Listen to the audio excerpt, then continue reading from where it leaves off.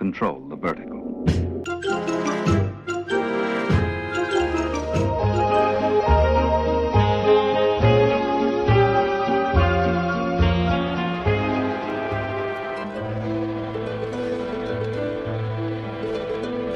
Welcome to Anthologic, the TV anthology podcast.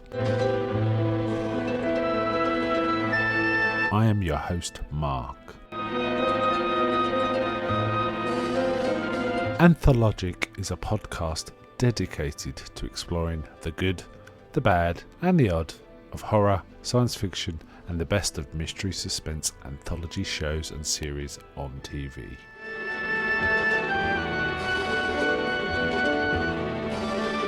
Join me as we slip through the cracks of reality to approach the extremes of experience, where we can peruse the stories and art of a sinister fairground of strange and wonderful rides. And now we go on to the show that is the focus of this particular episode.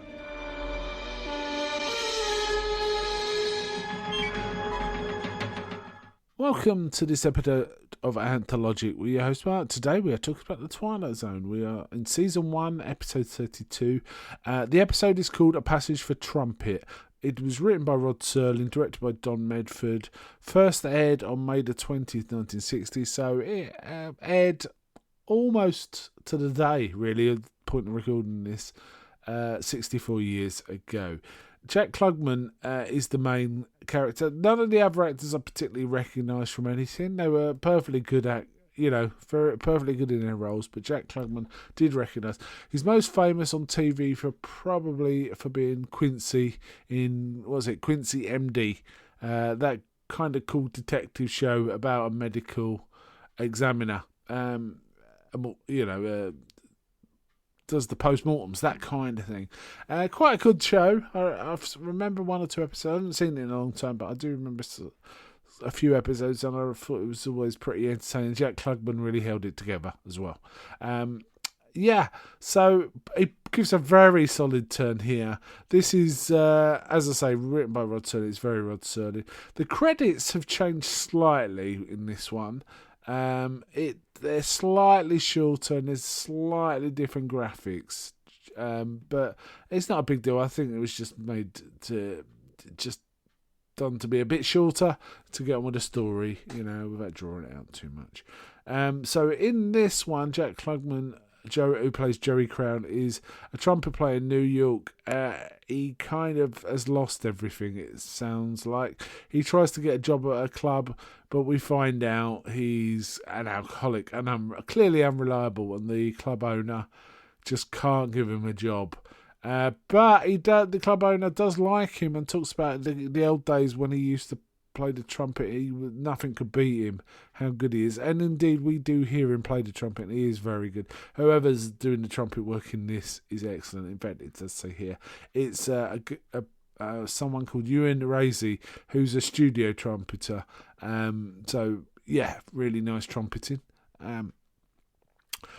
So essentially, he doesn't know what else to do, and in the end, he just to get a drink, because he's got nothing to do, he pawns his trumpet for cash, getting $8 to fuel a drinking binge. And once he's sold it, like immediately afterwards, we see the shop owner putting in a window for $25. He goes, "Hey, I've got overheads," and all this, and there's a bit of to and fro and that. Anyway, after this drinking binge, he realises he's got nothing to live for, so he kind of jumps in front of a speeding truck. And once he comes to, he realises, he thinks everyone's being rude. He says, "Hey, you don't have to be, how about a bit of courtesy and things like this." And he also comes to realise, in quite a cool way, that he's got no reflection. He's talking to a cinema sort of box office woman who's just reading a magazine, and he's trying to talk to her and she's just reading a magazine. He thinks he's ignoring her, but then he notices in a reflection, he sees her in the reflection, but he can't see himself, and he runs up and has a look, and yep, he's not in the reflection. That effect was quite clever. It was brought about by using twins, identical twins. So they had exact copy of the set as a mirror image, with the twin sitting inside. So that kind of is how that worked. He just thinks, well, I must be dead. Now this, it must be said, is a kind of version of It's a Wonderful Life, in effect. You know, we have James Stewart throw himself in the river, and then an angel, guardian angel, sort of rescues him and shows what his life would be like, what life would be like in his town without him. In this, it's kind of just the person he meets just talks to him and sort of says, is it worth it? You know, things like that. Essentially, he thinks he's a ghost. And as he's walking around, he hears another trumpeter.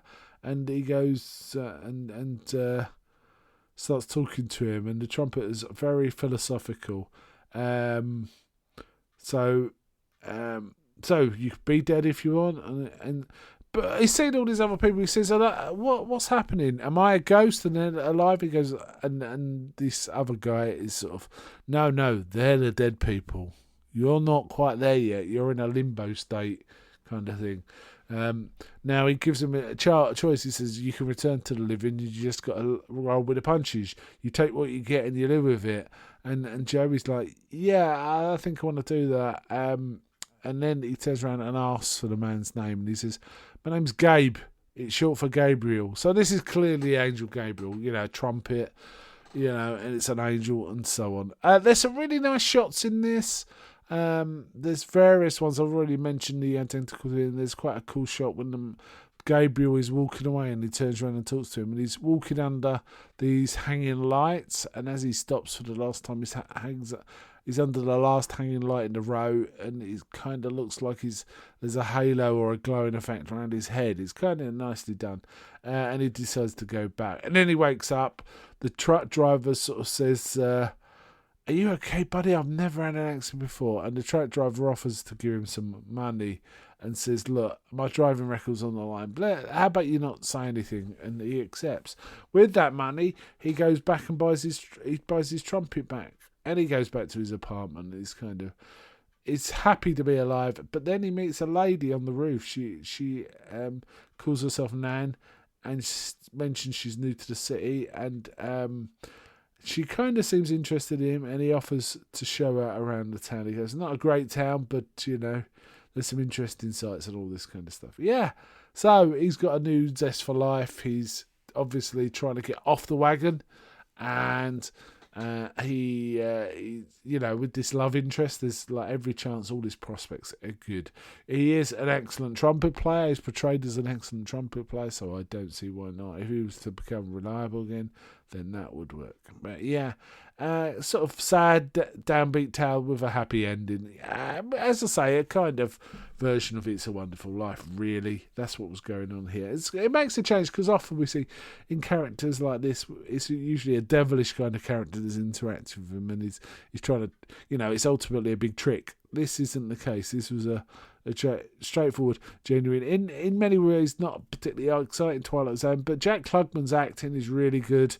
The cinematography and the look and feel of the black and white imagery is really good, so I like this episode for those reasons. I think it's a solid one, and it's good to see Jack Klugman.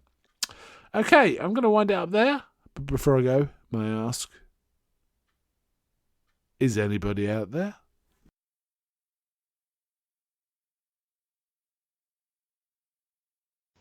I'm not.